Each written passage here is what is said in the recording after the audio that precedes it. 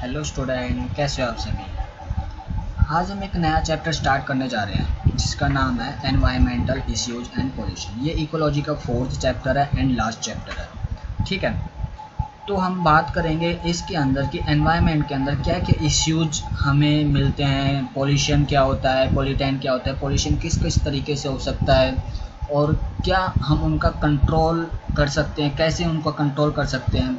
ठीक है ना, इस चैप्टर के अंदर हम बहुत ही ज़्यादा इम्पोर्टेंट नॉलेज जो हम गेन करने वाले हैं। ये सभी के लिए कंपलसरी है, ज़रूरी है और एक्चुअल में इसको करना भी चाहिए हमें।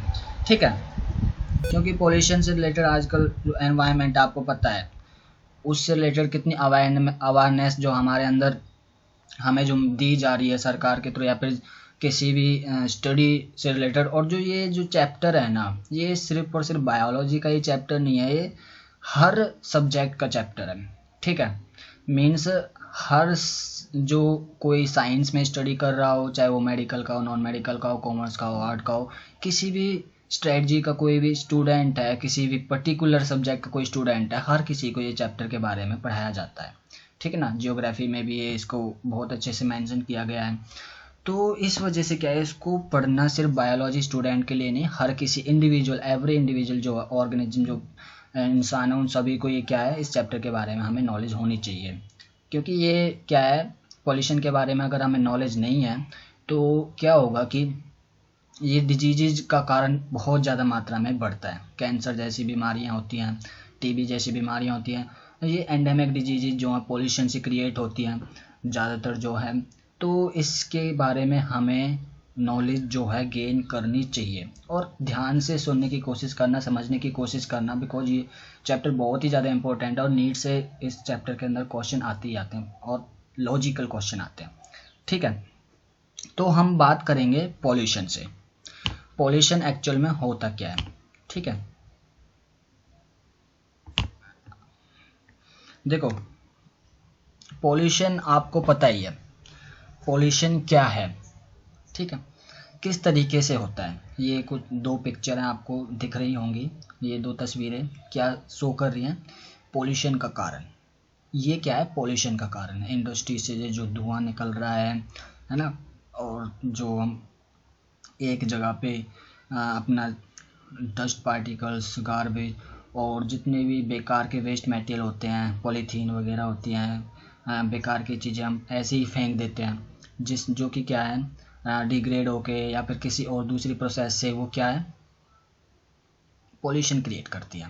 वाटर पॉल्यूशन क्रिएट करती है, सॉइल पॉल्यूशन क्रिएट करती है, एयर पॉल्यूशन क्रिएट करती है। कुछ ऐसे भी ऑब्जेक्ट्स हैं जो नॉइज़ पॉल्यूशन क्रिएट करते हैं, ऑटोमोबाइल्स वगैरह है। तो वो क्या है, हम इन सभी के बारे में डिस्कस करने जा रहे हैं। देखो पॉल्यूशन एक्चुअल में होता क्या है।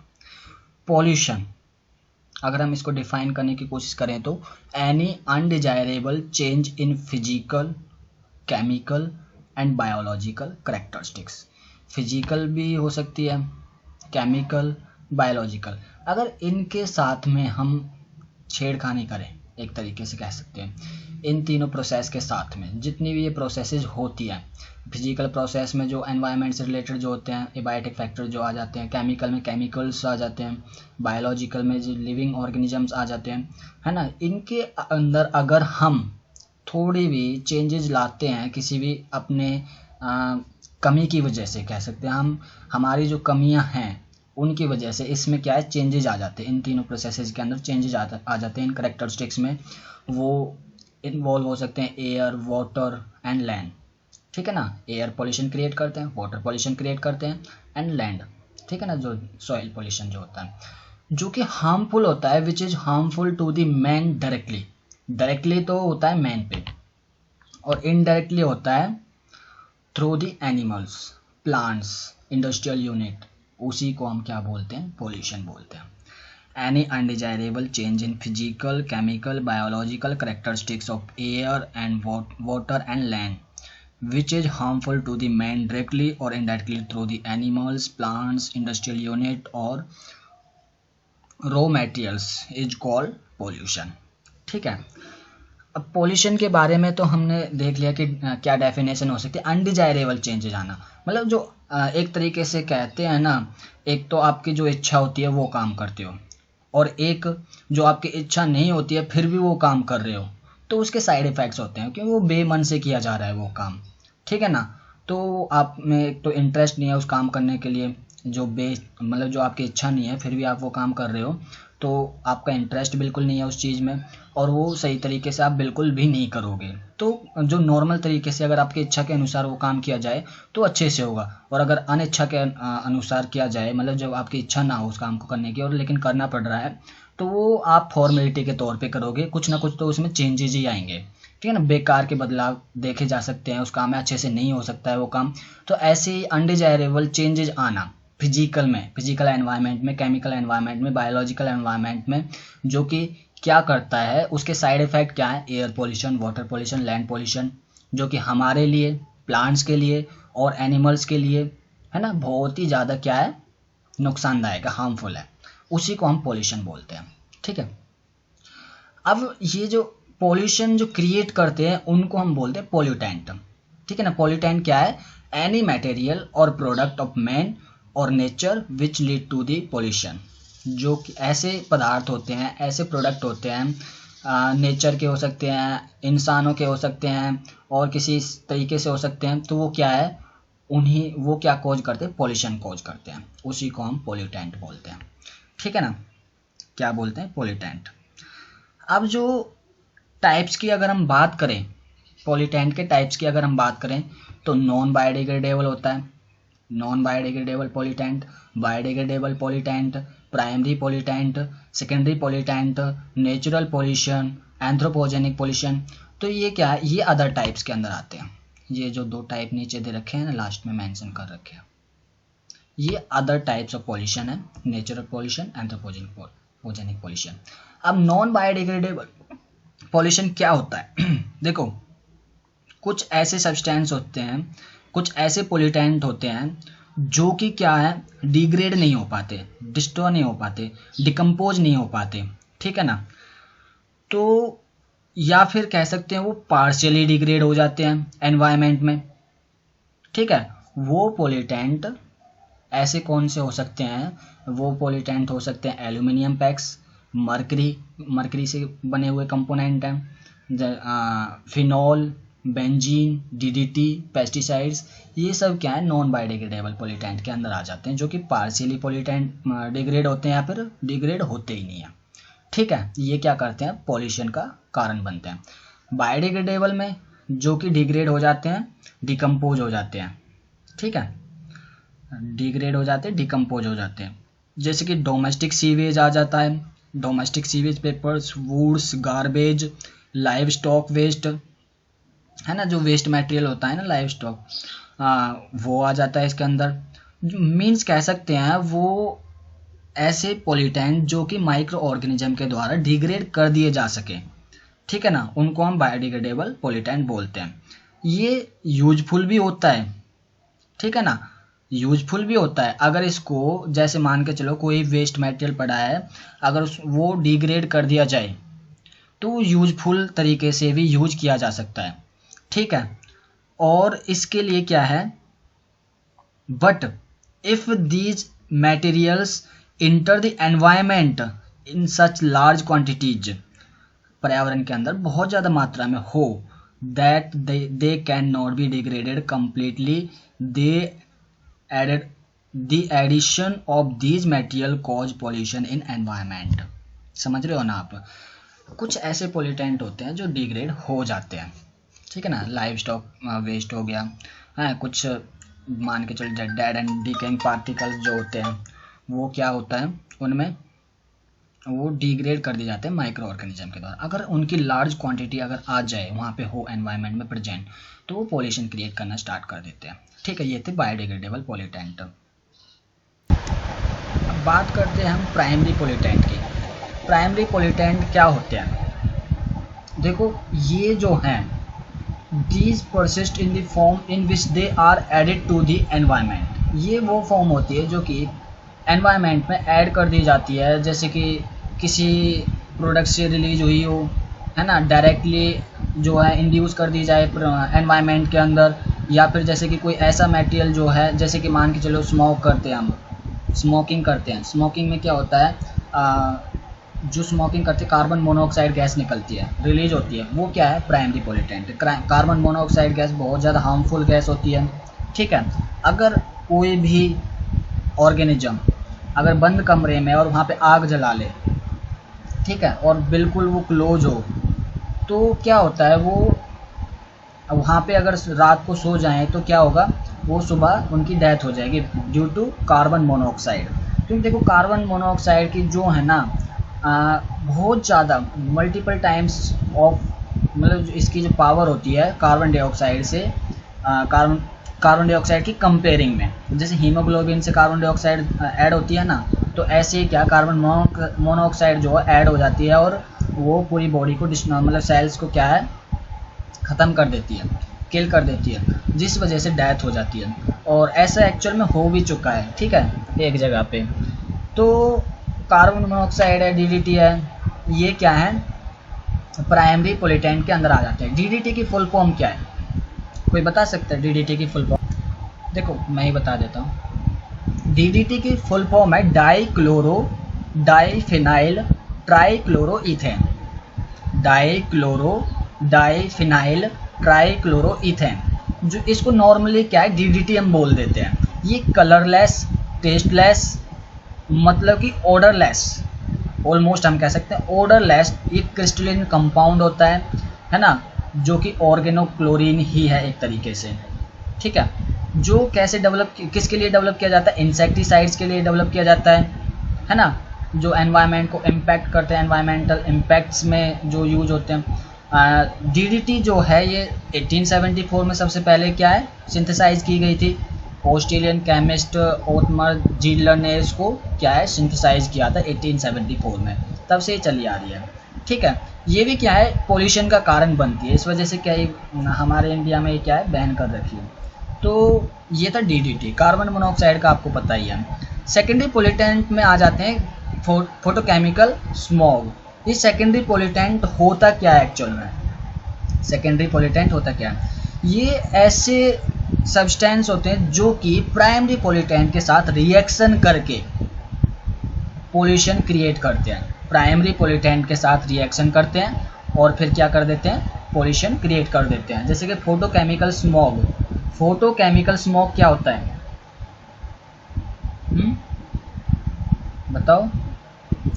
अगर एनवायरनमेंट में, एटमॉस्फेयर में ओजोन की जो ओजोन का लेवल है वो हाई हो जाए, या फिर उसके अंदर नाइट्रोजन ऑक्साइड्स आ जाए, तो उसको हम फोटोकेमिकल स्मॉग कहते हैं। ये क्या है, प्राइमरी पोल्यूटेंट के साथ में रिएक्शन, नाइट्रोजन ऑक्साइड्स हो गई, ओजोन लेयर हो गई, ये क्या है प्राइमरी पोल्यूटेंट के साथ में रिएक्शन करते हैं और फोटोकेमिकल स्मॉग क्रिएट कर देते हैं, जो कि बहुत बड़ा कह सकते हैं, बहुत ज़्यादा इम्पैक्ट प्रोड्यूस करता है किस पे, एनवायरनमेंट पे, बहुत ज़्यादा ये प्रभावित करता है पर्यावरण को, पोल्यूशन क्रिएट करता है। अब बात आती है पैन की। पैन, PAN, ये क्या होता है पैन, है क्या होता है पैन? पैन होता है पर oxy acyl nitrate, परऑक्सी acyl nitrate. इसको एसाइल परऑक्सी नाइट्रेट भी बोला जाता है, APN बोल दो या PAN बोल दो, बात एक ही है, कोई प्रॉब्लम नहीं आएगी, ठीक है ना। एसाइल को पहले ले लो या फिर परऑक्सी को पहले ले लो, एक ही बात है। तो ये एक पावरफुल रेस्पिरेटरी, जो कि पावरफुल रेस्पिरेटरी फोटोकेमिकल होता है, जो कि आइज के अंदर, आइज अगर इसकी प्रेजेंट, मतलब यहाँ मान के चलो इस जगह पे ऐसे एरिया में ऑर्गेनिज्म चला जाए जहाँ पे पैन की वजह से पोल्यूशन क्रिएट हो रहा है, तो वो क्या करेगा, आइज है ना उनको इरिटेट करेगा, बहुत ज़्यादा मतलब जलन होगी आइज के अंदर, ठीक है, बहुत ज़्यादा मात्रा में क्या होगी, जलन होगी, वो रह नहीं पाएगा उस जगह पे, ठीक है। ये फोटोकेमिकल स्मॉग के अंदर ही प्रेजेंट होता है, ये पैन जो होता है, ठीक है ना, नाइट्रेट से बनता है, हाँ, नाइट्रेट में जब थर्मल इक्विलिब्रियम प्रोसेस होती है ना, तो उसके द्वारा ये क्या है, PAN की फॉर्मेशन होती है, और ये फोटोकेमिकल स्मॉग के साथ मिलकर के क्या है, पोल्यूशन क्रिएट करता है। ठीक है। अब ग्राउंड लेवल ओजोन जो मतलब ग्राउंड लेवल पे ओजोन जो है पहुंच जाए तो उसको हम ग्राउंड लेवल ओजोन बोलते हैं, ठीक है। तो ये भी क्या है, ये ऐसे पोल्यूटेंट होते हैं, सेकेंडरी पोल्यूटेंट, जो कि क्या करते हैं, पोल्यूशन क्रिएट करते हैं, ठीक है। अदर टाइप्स में आ जाता है नेचुरल पोल्यूशन।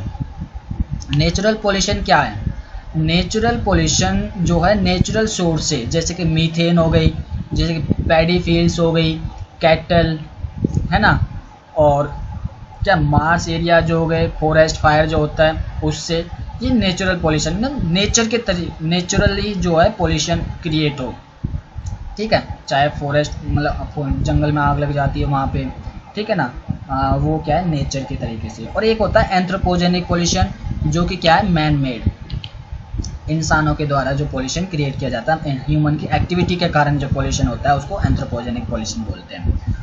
अब हम बात करते हैं main source of pollution. Main source of pollution, main source क्या है, point source pollution, line source pollution, diffuse source pollution, area source pollution. Point source pollution जहाँ पे मतलब डिस्चार्ज जो है ज़्यादा मात्रा में होने लग जाए एक साइड पे, एक स्पेसिफिक साइड पे, एक पर्टिकुलर एरिया में, जो है डिफ्यूज मतलब कि वहाँ पे कोई भी, जैसे मान के चलो हम कूड़ा करकट एक साथ जो है एक जगह पे डालते जाएं, ये क्या है, पॉइंट सोर्स पोल्यूशन का कारण बन सकता है। जैसे कि आप यहाँ पे देख सकते हो, ये क्या है, पॉइंट सोर्स का हुआ है, ठीक है। बहुत सारे एग्जाम्पल हो सकते हैं, मैंने ये एग्जाम्पल लिया है, ये पॉइंट सोर्स, आप इससे अंदाज़ा लगा सकते हो कि पॉइंट सोर्स पोल्यूशन कैसे होता है, ठीक है। अब बात आती है second, line source pollution. Line source pollution ये क्या है, जैसे कि रोड के द्वारा, बेल्स के द्वारा, है ना, रेलवे ट्रैक जो होते हैं वो क्या है, उनके द्वारा जो पोल्यूशन क्रिएट किया जाता है, ये लाइन सोर्स पोल्यूशन का कारण आप देख सकते हैं। ये जैसे कि गाड़ी चल रही है, ये अभी तो स्टेशनरी है, अगर ये चले तो क्या होगी, इनसे जो धुआं निकलेगा उन धुएं से क्या होगा, जैसे कि ये रहा, ये धुआं, ठीक है, ये सारी गैसेज जो हैं यहाँ पे आके बनेगी।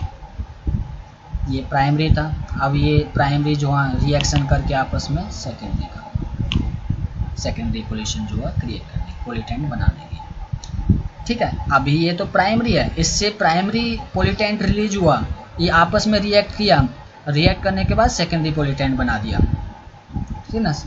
ये जो सल्फर के ऑक्साइड्स हैं, नाइट्रोजन के ऑक्साइड्स हैं, है ना, ये नाइट्रेट, सल्फ्यूरिक अम्ल है, ओजोन है, पैन है, तो ये सभी क्या हैं, पोल्यूटेंट्स हैं, लाइन सोर्स पोल्यूटेंट। देखो एक गाड़ी की वजह से कितनी गैसेज रिलीज हो रही हैं और वो फिर सेकेंडरी पोल्यूटेंट में कैसे कन्वर्ट हो रही है, ये हम अंदाज़ा भी नहीं लगा सकते। ये एक गाड़ी है, मतलब हज़ारों लाखों करोड़ों गाड़ियाँ चलती हैं, ठीक है ना, एक शहर में हज़ारों गाड़ियाँ चलती हैं, लाखों गाड़ियाँ चलती हैं, तो आप देख सकते हो कितना पोल्यूशन क्रिएट होता है। थर्ड बात आती है, थर्ड की, डिफ्यूज सोर्स पोल्यूशन। डिफ्यूज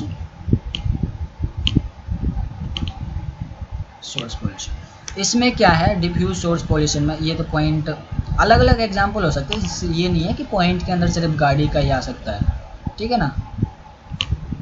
तो नॉन पॉइंट डिफ्यूज वाला जो है, जैसे कि ये तो है एक ही पॉइंट, जैसे कि सीवेज ट्रीटमेंट प्लांट है, यहाँ पे पानी जो है आ रहा है, ठीक है ना, वहाँ पे जो garbage, dust particles, waste material हैं, और कुछ जो है डिफ्यूज के अंदर क्या आ जाता है, एग्रीकल्चर रन ऑफ होता है, अर्बन रन ऑफ होता है, जो शहरों से जो पानी आ जाता है, इकट्ठा हो जाता है, शहरों नदियों में पानी चला जाता है, उसकी वजह से जो है पोल्यूशन क्रिएट होता है, उसको डिफ्यूज सोर्स पोल्यूशन बोलते हैं, एक जगह से दूसरी जगह पे चला जाता है, ठीक है। अब फोर्थ की बात आती है area source pollution. Area source pollution देखो ये क्या है, ये हम भी करते होंगे, ठीक है, जब क्या है ठंड होती है तो बाहर हम आग जला लेते हैं ना, ये उसी का कारण है, ठीक है। एरिया सोर्स में इंडस्ट्रियल स्केल, जो इंडस्ट्रीज होती है उस लेवल पे आ जाते हैं, माइनिंग एरिया जो होते हैं, मिल वगैरह जो होती हैं उसमें आ जाते हैं, तो वो क्या करते हैं, एरिया सोर्स पोल्यूशन का कारण बनते हैं, ठीक है। ये चार जो मेन सोर्स थे पोल्यूशन के, वो कौन से थे, पॉइंट सोर्स पोल्यूशन, ठीक है, यहाँ आप देख सकते हो इस वाले उसमें है, और line source pollution, diffuse source pollution, और एरिया सोर्स पोल्यूशन। ये मैंने कुछ ही एग्जाम्पल, एक दो एग्जाम्पल लिए हैं इनके, ठीक है। ये थे पोल्यूशन और पोल्यूटेंट के टाइप्स, ठीक है। अब हम बात करेंगे पोल्यूशन के टाइप्स, जैसे कि एयर पोल्यूशन है, वाटर पोल्यूशन है, नॉइज पोल्यूशन है, साउंड पोल्यूशन एक ही है, नॉइज और साउंड, सॉइल पोल्यूशन है। तो ये क्या है, ये पोल्यूशंस के जो मेन जो पोल्यूशन क्रिएट हो रहे हैं इस अर्थ पे, हम उनके बारे में डिटेल में बात करेंगे। किस तरीके से पोल्यूशन हो रहा है, क्या क्या उनका रीजन हो सकता है, कारण क्या है, कॉज क्या है पोल्यूशन के, है ना, उनको कैसे कंट्रोल किया जा सकता है, उनके अंदर जैसे एयर पोल्यूशन कौन कौन सी गैसेज इन्वॉल्व होती हैं, सारी जो चीज़ें हैं हम एक एक करके डिस्कस करेंगे। और आई थिंक जो एयर पोल्यूशन जो काफ़ी बड़ा टॉपिक है, इसलिए हम इसको 2 या 3 पार्ट में डिवाइड करके मैं इसके लेक्चर बना के आपको सेंड कर दूंगा। और ये था पोल्यूशन और पोल्यूटेंट के टाइप्स, ठीक है ना। इसमें अगर कोई भी प्रॉब्लम आती है, मैंने नोट्स आपके पास सेंड कर रखे हैं, वहाँ से देखिए, एक एक वर्ड को समझने की कोशिश कीजिए, एक वर्ड उसको रीड कीजिए, है ना, और अपने माइंड में एनालाइज कीजिए, ठीक है। एनालाइज करके अगर फिर भी आपको कोई दिक्कत आती है तो मुझसे पूछिए, ठीक है ना। डाउट ज़रूर पूछा करो। जिस दिन आप डाउट नहीं पूछोगे ना, तो समझ लो आप अपने एम से भटक रहे हो, क्योंकि ऐसा कोई भी इंसान नहीं है जिसके मन में डाउट ना आए।